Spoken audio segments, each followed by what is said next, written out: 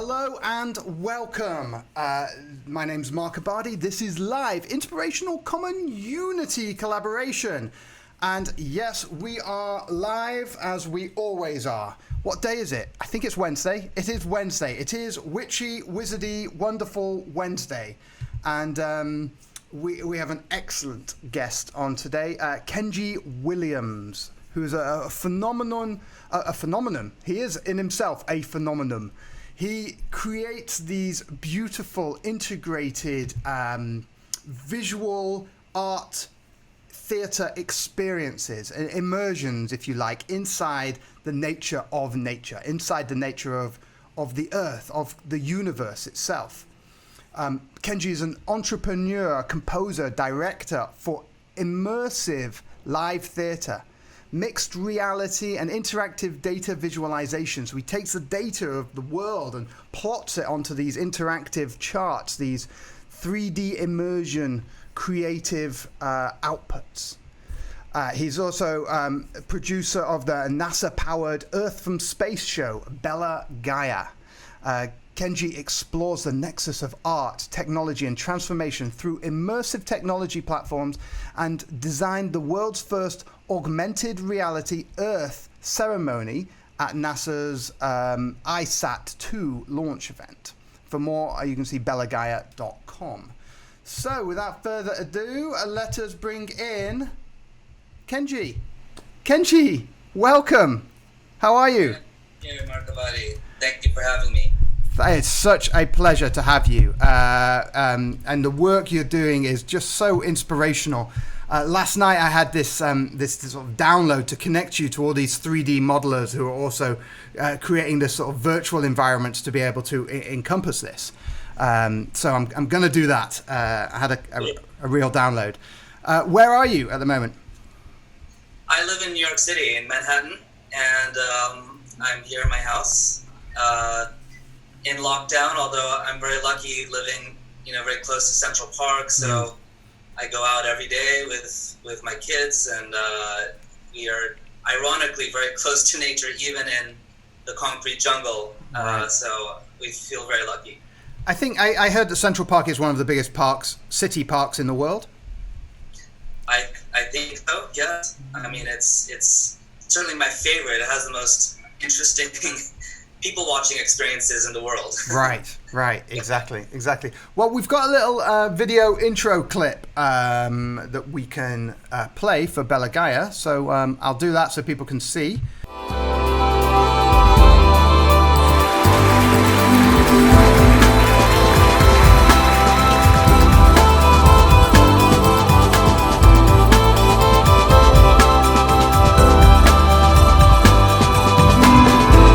My view of our planet was a glimpse of divinity.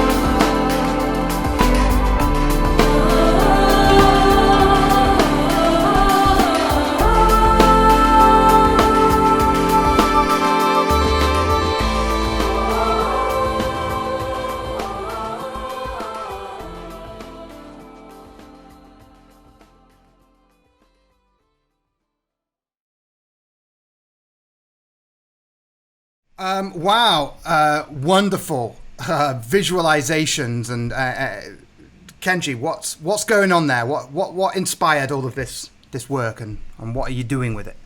So Bella Gaia, which means beautiful Earth, beautiful interconnected Earth, it started more than 10 years ago. We're sort of at our 10-year anniversary, actually. But I met a NASA astronaut in 2005, actually. And so this was Mike Fink, who is a NASA astronaut, and he just came back from space. He lived on the space station for over a year. And I was very excited to meet him, and I asked him, what is it that changed when you went to space?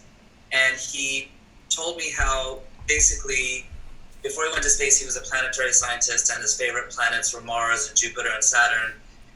Once he went to space and looked out the window of the space station and saw our Earth with an atmosphere just 20 miles thick and this living, borderless bubble of life floating in the blackness of space, he completely fell in love with planet Earth. And so Earth became his favorite planet. So this story, very simple story, really struck me very deeply, and it got me thinking, how could I replicate and simulate this transformative effect that astronauts have to the rest of us who can't yet go to space? Right. And without the use of substances. Right. Which I very much came from that world, but I want to take this mainstream, I want to scale it. And so that was really the genesis, was Mike's transformative experience, his life-changing transformation. How can I replicate that for the rest of the world? How can we democratize the transformative effect of seeing the Earth from space? Right. So that was really the inspiration, and it really, to be honest, I had no idea what it would look like or how I would get there. It was really even gestating in my mind and heart for 2 years, and then slowly I began to garner support.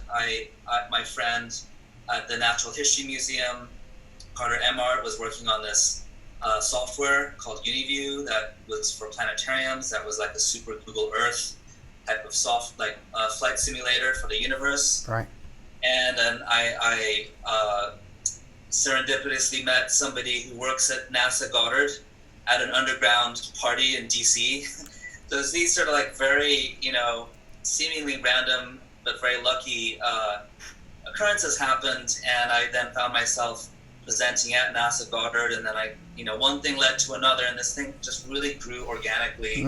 I applied for some grants, and I was able to quit my day job and start producing content, these satellite orbital images of the Earth. NASA started feeding me these amazing data visualizations. I started performing it live with my music, and it just grew and grew and grew, slowly but steadily over time. Yeah. And here we are 10 years later, and I've been to 15 countries around the world and presented hundreds and hundreds of shows. We won a NASA education grant, a $500,000 NASA education grant, to use this for Earth science education for K through 12 kids. Yes. And many other things, and we're really taking it to the next level now. I've been working on some holographic projections, VR. We really want to now scale this to a mainstream level. Yes, yeah. So you mentioned something about the astronaut when he went up and looked back on Earth, then he fell in love. Do you think that not being in love with the Earth is kind of the problem that we're having at the moment? Yeah. I mean, I think I don't consider myself an environmentalist. I am a relationship builder. And so when you love something or someone, the natural human instinct is to protect it. And I think that is the missing piece in this whole conversation and the messaging about especially things like climate change. And it's so much of it is fear-based, so much of it is about statistics and numbers. Like 350.org is a it's about forming a relationship with a number. Like, that's not how humans work. And so this was what I pitched to NASA. Is like, look, you guys are doing amazing work, but this is not how humans digest information. And even the latest neuroscience shows that you have to engage the right brain, the emotions, the creative, in order for cognitive learning to take place. Right. So all I did was take their amazing data visualizations, put it into an artistic context, no narration, and presented it in a live context. And these top scientists were like, oh my God, this is like actually looking at a new piece of media, even though we created it ourselves. I thought I was looking at a completely new piece of content. So it just shows you how important context is. Right. It's not just about the data and the information, it's how you say something, how you communicate something, and the context within it is what it is presented. And I think that's where the live component comes in. You know, the YouTube videos are nice, but there's nothing like the live experience. So I'm a real advocate of the human presence. Sort of, we are in service to Gaia, to the Earth. Right. So tell us about the additional sort of elements, the different compartments you put in. You've got the visual graphics, and there's no music on those? Like, there's no embedded music on the graphics? It's all live afterwards? Well, no, there is embedded music. So it's sort of like I compose a soundtrack, like a backtrack. And then when we perform, we are performing live vocals, live violin, live sometimes percussion. So live instrumentation on top of a backing track, which does give you that sort of the bass frequencies and the sense of scale and the sort of epic nature of it. Yeah. So then what is that additional live music component adding? What's going on there, as opposed to just recording it and having it play through speakers? What's the difference with having people play live in front of or around or within the screen itself? I mean, I think we all have experienced a live concert, right? There's something magical about a live performance, and the mere fact of seeing somebody live on stage, and in the way we set up the stage is that the image of the Earth is central. So it's sort of like it's not the typical we are center, and this is all about us. It's about the Earth, and we're on the sides, literally. Right. And in Japanese culture, I'm half Japanese, and so there's this word called hono, which means in service to the gods, in service to the spirit. And Japanese, before Buddhism came to Japan, Shinto, was the indigenous spirituality, where all it's an animistic belief system that all natural things are sacred and gods. And so a hono is when you make an offering to the spirit gods and to the natural beings. Right. So in some ways, that's how I see this, is like we are doing a service of we are praying, we are giving service by giving a voice to Gaia. Like we are giving through technology, giving Gaia her voice. We are showing the beauty of the Earth through these amazing data visualizations, through dance and music, live music, to give her a voice that she would not otherwise have gotten. And so, having a live humans on stage is a completely different experience than seeing a movie, for example. Right. I mean, it makes it very ritualistic. And it seems like ritual is something we've got away from as societies have evolved. We seem to have left the ritual behind. Can you talk about the importance of ritual? Are we going backwards? I'm so glad you mentioned that, because that is also how I talk about Gaia. It is a new kind of ritual for the here and now. for the age of today. That's more relevant than constructed religious rituals, certainly more relevant than the business as usual rituals. I mean, going on social media, going to work, these are all rituals. But we do need a new ritual that connects us to the earth, that reminds us, because humans are forgetful beings, and I think that's the purpose of ritual, is that humans are so forgetful. We need to be reminded continually of our place in the universe and our role in the natural cycle of the biosphere. Right. Notably because the earth keeps us alive. Right. And so I think indigenous cultures recognize that, and that's why indigenous cultures everywhere have rituals as a core part of their almost daily life. And it's to remind us of our place in the cycle of life and in the universe. Yeah, I like that, because I mean, we develop these habit patterns that enable us to become almost unconsciously carrying on with our life. And in a ritual, you can make a habit out of a ritual, but the process of ritual practice is something else. It's not unconscious, right? It's bringing attention to the now, to the presence. Right, and the mere act of doing it, especially in a communal or a group, yes,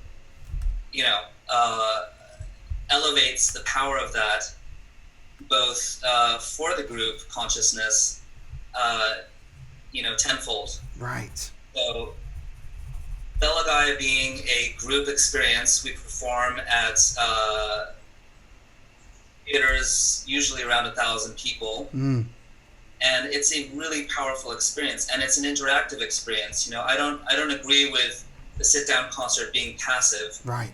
I think a live concert is very interactive. So how do you get them to interact? You get everyone to stand up and dance around?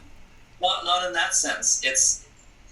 It's the consciousness of the people being there is this feedback loop. Right. And so do you begin with prayer and centering people? And I mean, how much can you bring in to the concerts without it becoming off-putting for the people who have established all these blinkers to spiritual awareness? We have started occasionally with a breathing ritual. We've sometimes had guest speakers, but the ritual is really the experience. So I like to go directly, quite quickly into it. And it's an emotional experience. It's really a journey that people experience, and the effect that people have, it's universal wherever we go in the world. Because Bella GAIA is not dependent on language. It's a musical, visual experience that transcends culture. So it's been fascinating to see the unified reaction of wherever we bring this in the world. Right. Amazing. I want to say hi to Pookie Lee. I'm so glad you're on, Pookie. I wanted to get in touch with you. Do you know Pookie Lee, Kenji? No, I don't. She's amazing. She's a water protector, spiritualist, presencer, ritualist. Oh, beautiful. And she's wonderful. She just took part in the whole water movement that they did with Unify. And anyway, we'll get onto that. Hi, Pookie, and thanks, Maddie. Yeah, I didn't realize we were being heard on the video. So. There's an ocean, a whole water themed section in Bella GAIA. Right. So there's different sections, and the water theme, actually, that's where we have the one of the dance sections, and I've sort of married geographic locations with elements, and for this water element, we go to India, and the dance is about, it tells a story about the Ganges River and how it may run dry in our lifetime. And the Ganges is an example of a driver of Indian culture for centuries. right? Yeah. So Wow. So it might run dry. what happens when the Ganges runs dry? What does that do to a culture? I mean, these are the kind of out of the box, themes that GAIA explores. Right. Amazing. Have you found that in the sort of lockdown time that GAIA is receiving more attention, that it's a unifying message to people, more so? Unfortunately, all our shows were canceled. Right. And the springtime is our busiest time of year, so it's quite unfortunate. But yes, I get a lot of texts and messages from people like, wow, now is the age of GAIA. Like, the world needs this even more than ever. And GAIA's message has been about celebrating the beauty, the oneness of humanity. These are all kind of themes, especially the feeling of oneness in this pandemic is certainly one of the first feelings and emotions that I had when this was all starting, was this feeling of almost unification and of we are all one people dealing with a virus. This makes us human. Yeah. Have you done any? Have you thought about putting together kind of an online version, or is it just like? Do you feel that would? Yeah. Yeah, we did one for Earth Day. We did a live stream. Right. With Kristen Hoffman singing, our singer. Right. And we had a guest astronaut, Ron Guerin, that he and I had a really great discussion online. Right. And we are going to have another one for World Oceans Day on June 8th. Great. We're hoping to get Sylvia Earle, who is the legendary ocean researcher, and Michael Awe is an incredible underwater photographer. He's going to be sharing some of his underwater content. Excellent. Where who's hosting that? Is that Unify?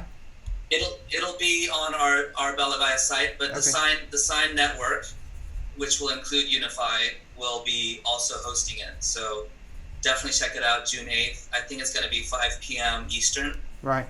2 p.m. Pacific. And people just go to BellaGaia.com for that? BellaGaia.com, Facebook/BellaGaia. And sorry, it's Ocean Day, is it? World Oceans Day, Great. June 8th. Great. It almost feels like that there should be some sort of integration post the experience, like almost like counseling. Like, okay, do you want to talk? It almost feels like it should begin the start of any conference, any discussion point. And that I do a lot of conferences as either starting or an ending, and it really helps set the context and reinforces the meaning for why people are there. Right. And I've noticed incredible experiences at conferences of how it's totally changed the energy, set the tone, invigorated the motivation of people there. And I've performed at some pretty high-level conferences around the world with world leaders and the 1% of the 1%. I mean, I feel lucky to be able to share my work in that world, but also do education programs with kids and have 5-year-olds up to teenagers come up to me and say, "Wow, this is totally incredible. I had no idea that our Earth is this beautiful and magical, and that my actions affect other things on this planet." And that's really, when I hear that, I feel so blessed. Right. Because that is really the motivation. This is why I did it. Absolutely. I mean, it seems like the kids is where it's at, because if you can inspire them from such a young age, then suddenly their perspective changes, and then they grow from that new perspective. It's like a mycelium network. How able are you or interested in kind of more live data? Like, are you able to incorporate data that's going on currently, or at least like from yesterday? Like, how quickly can you create these graphical experiences of data? Great question. I try as best I can to incorporate current events. So in 2000, what was it, 2015? No, so anyway, the Gulf of Mexico oil spill was visible from space. So when that was happening, I was downloading satellite data and inputting it into the show and then performing it live. And I try to do this for every current event. So when Fukushima happened, we changed the Japan section of the show, where we visualized the radiation coming out of and spreading across the world. Fires, we performed in Houston, and this was right after these horrific forest fires. These are all visible from space, and we put them into the show, and it really localizes it for the local audience, and people immediately have a much more powerful experience. So we try to keep it live. NASA, even now, continually curates the data visualizations. So they send me updated data visualizations because their satellites are obviously continually orbiting the Earth, gathering new data. There's no COVID in space, right? There's no COVID in space, that's for sure. And so we try to keep it as updated as possible. But I mean, my dream would be to actually automate this. And I mean, my dream is to bring Bella Gaia to a fixed location, actually make it into a sort of a Broadway show model where we have our own theater, we design our own technology, and as part of that is a kind of API that can digest live data that is included into the show almost automatically. Absolutely. That would be an incredible thing to go to the show twice, and it's different each time. Absolutely. I mean, it is already like that to some extent, but like we could do it on a much bigger scale with a larger budget.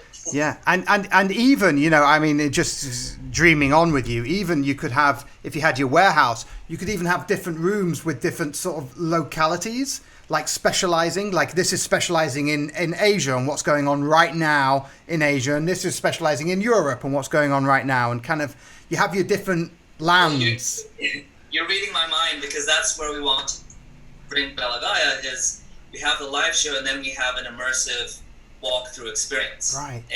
A several, tens of thousands of square foot, like Meow Wolf kind of a thing, but it's each world that is visited in Bella Gaia, but you can go deeper. And it can be interactive. You could also have live performance elements in it, but also projection mapping, live data that is interactive with a wall. That's the plan. Amazing. It was exactly Meow Wolf that I was thinking of, because they're building a new place with Amanda Sage's art in it, and wow, absolutely. So we've seen all these, and we've heard a lot of the work of how the Earth is changing now that people aren't in the cities, and how the canals of Venice are cleared up and different things like that. You hear all different things, and smog you can see across to cities that you couldn't see before. It would be great to be able to get a visualization of the effect of this shutdown, of what happened. Are you working on gathering data now for a kind of COVID special?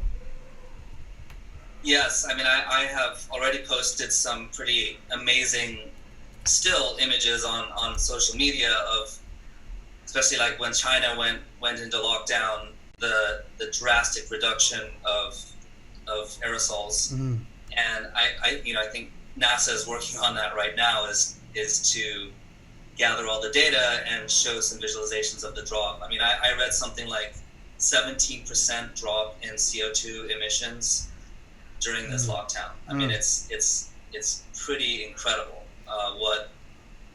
what we are capable of doing, and I think that's one of the positive things that I want to highlight, is we can do it, and it's just a shifting of our values and our priorities to be able to do something on a scale like this. Certainly it has had its very bad economic effects. But this is the course that we're on. Is there's a collision course of infinite growth economies and capitalism with a Earth becoming uninhabitable. Right. What do you want to choose? You know, and I think if we do it smartly, we can have both. Certainly not to say that we will want, we can get everything that we want, but this is the challenge. This is the inspiration for humanity. This is an amazing reset moment. I mean, my heart goes out to, there are a lot of people dying and going through a lot of suffering. I've had it, you know, I counted 11 to 13 of my people that I know directly who have gotten sick. At the same time, I think, you know, trauma and crisis can wake us up. This has been sort of like shock therapy. Right. And I hope people reevaluate what our values are, and to understand or put more value into the qualitative nature instead of the quantitative, you know, and to appreciate the beauty more, and to start organizing around that. Right. You know? Right. I mean, it feels like that you're at this sort of, with GAIA, this sort of nexus point where you translate by presenting both. You present the data and the visualizations, and then the art of presence. And it seems like it's a transmutation. It's a conversion tool, like a language conversion tool, like speaking for the breath of the earth. Right. We give a voice to Gaia, and she does breathe. She is a living organism, and not all of it is pretty. And nature and Gaia is pretty ruthless as well, as we are experiencing right now. Yeah. That said, Gaia celebrates humans. You know, I don't believe that humans are inherently bad. We want to celebrate the beauty of humanity. And for me, that is culture and art and music and ideas, and this is the beauty of humanity that we should celebrate and remind ourselves of our power. And so it's really wanting to remind people, to empower people of our beauty and our potential, because we are not fulfilling our potential, which is why we're at this point right now. Right. And you know, the dark side of COVID is it has been a horrific reminder of the powers disempowering our individual knowledge, and you know, especially in terms of the health of the human body. Like it's just very discouraging. I mean, not surprisingly, but what you're seeing in the news is just this complete disempowerment of how you can, you know, take care of yourself and survive this. So, I mean, that's another whole conversation. But bleach drinking and all. So, you had a couple of other videos, didn't you, that you might have wanted to share? Yeah, I wanted to share this video that I did. So ever since 2005, when I met this astronaut, you know, this was actually initially inspired by this space tourist who wanted to go to space. He paid $20 million to Space Adventures. You know, they were at that time renting one seat on the Soyuz rocket for $20 million to take people to the space station. And I befriended one of these guys in Japan who was a fan of my work. Just called me out of the blue, and we had lunch. And he's like, "Yeah, I'm paying $20 million to go to space, and I want to collaborate with you when I'm in space." And so this is how actually I met Mike Fink. Was like, he sponsored me on this trip to Kazakhstan to go see the launch of the Soyuz rocket. And on that trip, we went to Moscow and Mission Control, and then Star City. This was 2005, so it was after the Columbia accident. So actually the Americans were borrowing the Russian Soyuz to service the space station because the American shuttles were grounded. Right. And so there was actually more of a collaborative time there between America and Russia. And at Star City, where they trained the astronauts, was an American camp where there were a bunch of NASA astronauts. So that's where my think was. They were having a barbecue, and we were invited to have a barbecue with these American astronauts. So, right. So ever since then, I've been wanting to do this collaboration. Actually, this friend of mine who was going to go to space actually ended up not going to space. But they thought, the idea was there, and so 5 years ago, I also befriended Koichi Wakada, and I'm going to share my screen right now. Yeah, cool. Koichi was the first Japanese commander of the space station, and this opportunity came up with this amazing school teacher in Houston. Her name's Jamie Leupold, and she organized things with NASA Houston, with JSC. And so I wanted Koichi to play an instrument in space while I was in Houston at Mission Control, jamming with him with my violin. Nice. Okay, so this was, can you hear the audio here? Yes. Can you hear the audio? Yes. Okay. So this instrument is an ancient Japanese instrument called a sho. It's a wind instrument that Koichi is playing.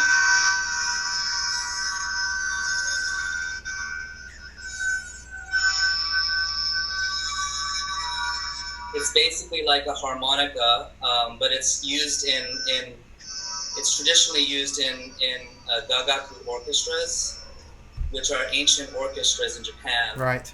And it's used to tune the universe.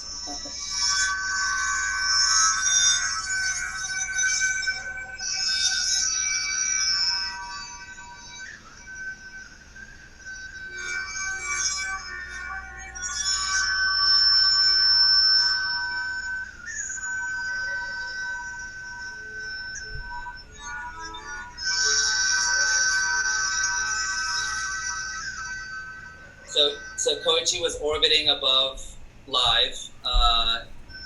Houston, and I was jamming with him live. There's a 2 or 3 second delay between our communications, but since we trained him to play just one note, we didn't have this delay to deal with. And I started this live broadcast. This is actually live in Japan with Tenri University that actually donated this instrument. And this here you can see an ancient gagaku orchestra performing live at 2 a.m. While we were in Houston. Wow.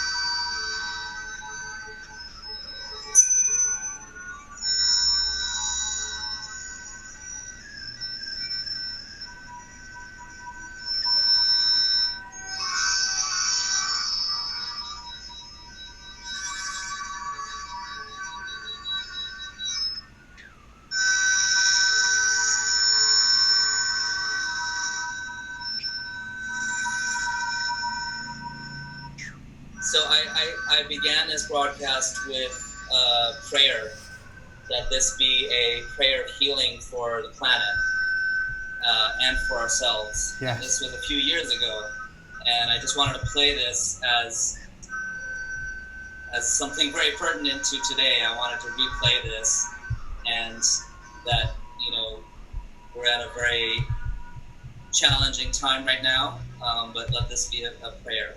Absolutely. All right. Absolutely Absolutely beautiful. beautiful. So maybe you can shut that off and I can transition us back, I think. Oh, no, is he talking? Okay. There he is, zero G.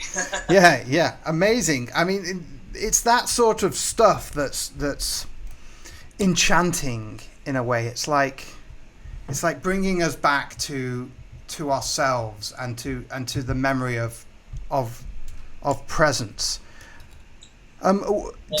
It's also, I think it really exemplifies who I am, is this ancient future. I love this nexus of ancient future, of using technology for connecting us, for reinvigorating these indigenous rituals, for connecting us back to what it means to be human on this planet, in this universe. And these are I think people are yearning for this larger conversation.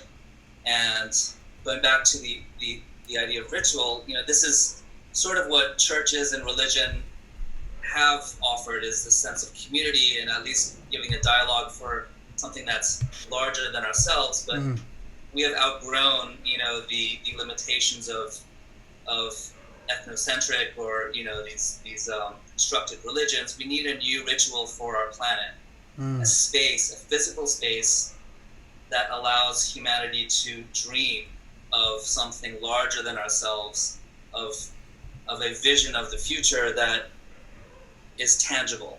And that is really where I want to bring Bella Gaia, in creating a physical space. I've been looking for land. We're trying to raise a lot of money, so please put that up there. How much money do you... in a fundraising mode right now. Right. For many millions of dollars, but this, looking for land to build this physical place of communion where we can come and dream together and tangibly touch what the future will be like. Because I think that's part of the problem, is it's hard for us to imagine what the future can be when it's just this hypothetical ideas or articles or images. Like, we actually have the technology and the design and the architecture to start making this for real, and we need to be able to touch it, and we need to be able to be around other human beings that know that this future is possible and it is here. And that kind of physical culture making is really like my passion.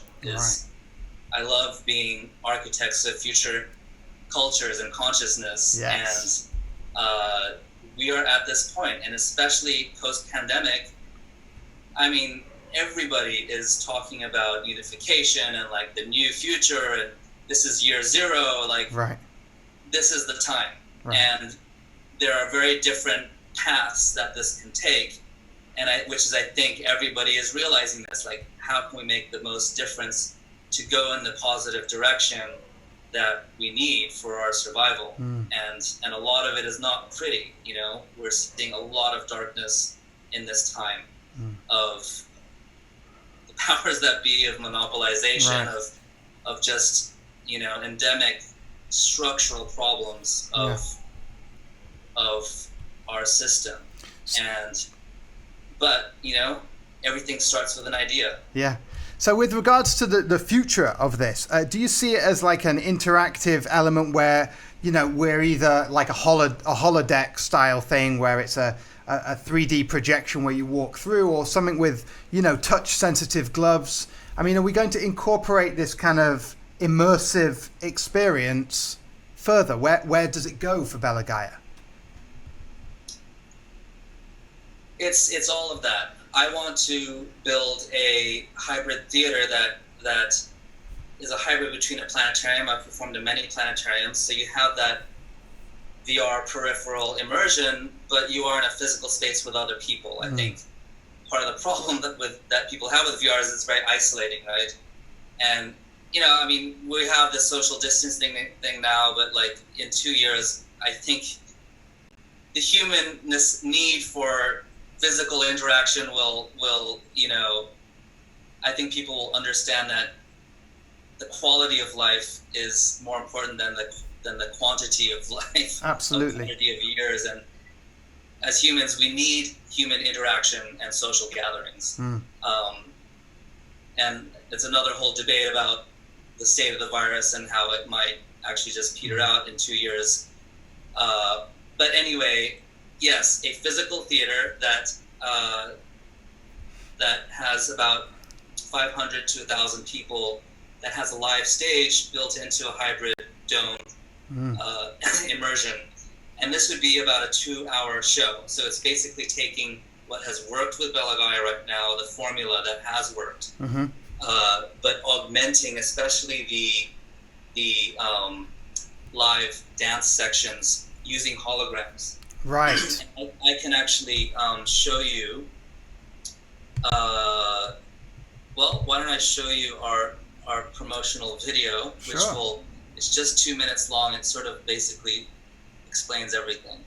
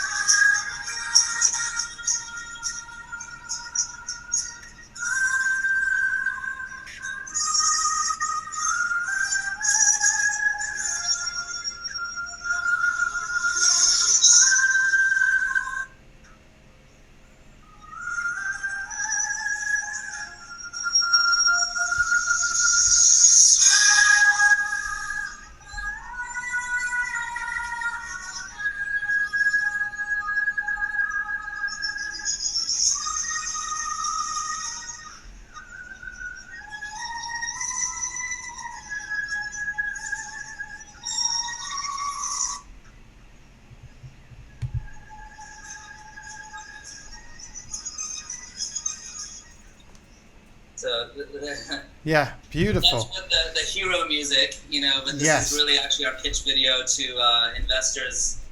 And you saw some of the holograms there.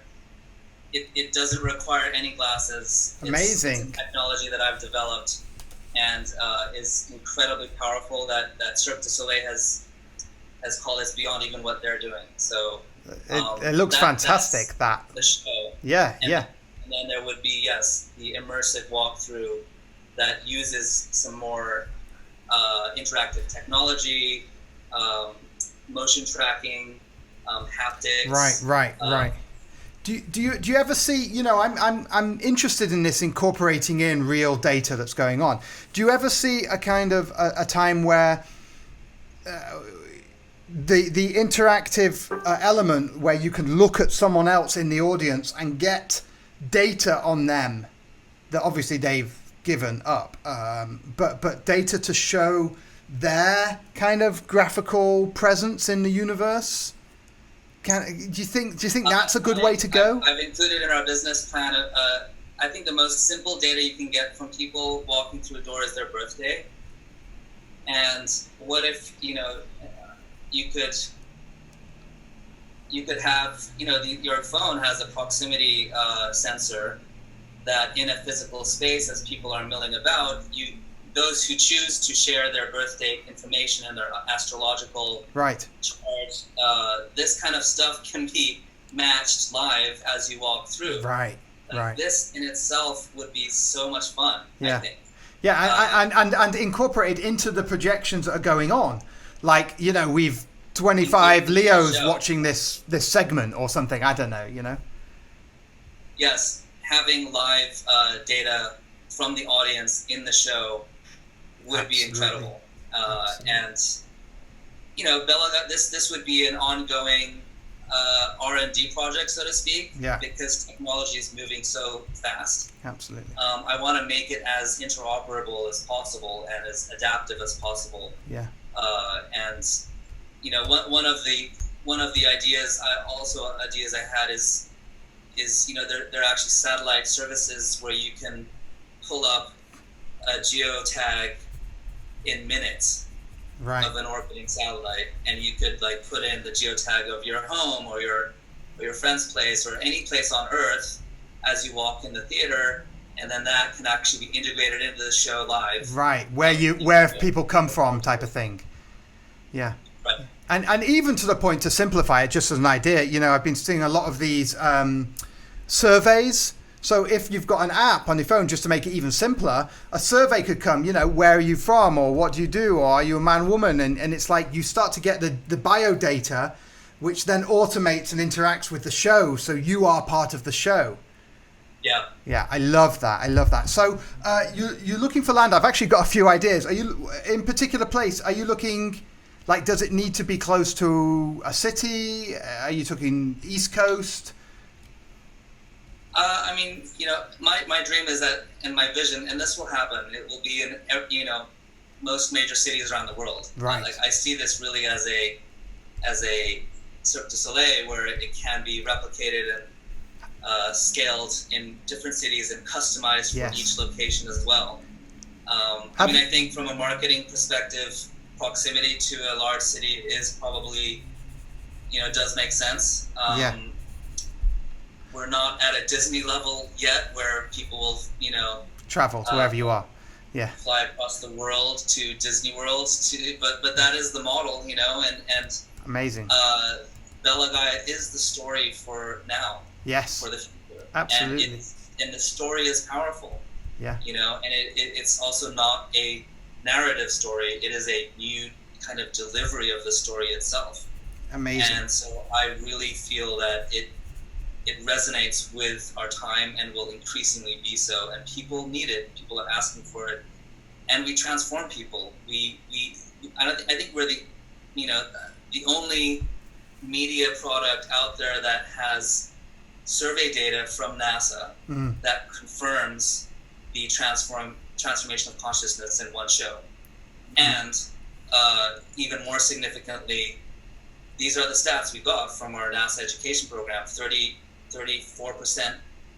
to 64%, the transformation before and after of people who say they gained a more personal relationship with the Earth, with their families and their immediate community. And that personalization of the Earth, that is like why I'm here on Earth. It's like, nice. I'm the relationship builder. It's that personalization that is missing. And people don't act unless it affects us personally. COVID made us act because it affects us personally. We need a deeper personal relationship with the Earth, a more emotional relationship with the Earth. And then we will naturally act. Absolutely. Well said. Beautiful work. And, personalization of the Earth. I love that. Personalization of our relationship with the Earth. Have you come across Wisdom in LA? Wisdom LA? Yes. I worked their first gig there with the Pink Floyd tribute band. Okay, great. I heard about that. I heard that was very successful. It was over successful. We had to change the whole setup before it was seated, and then we had to take all the seats out and have it all standing because we had 1,000 people, and weren't really supposed to. But they incorporate this very interesting model of 3D projection into the ceiling, and maybe there's some collab there. Same concepts in one way, although I think Bella Gaia stands apart in that we have a story. It's a story-driven thing. It's not just. Oh, absolutely. I was more talking about the tech, the foundation, not the show. But yeah, fantastic. I'm also going to connect you to a friend of mine, Casey Mead, who has some land outside of New York, a big retreat land. It might work great. I don't know how far outside. Might be like an hour, but that might be enough, for a model, for your model zone. Yeah. Yeah. Cool. Love that introduction. Yeah, Kenji, thank you so much for coming on, my brother, and thank you for all your work. It's so exciting. And how can people we've got BellaGaia.com.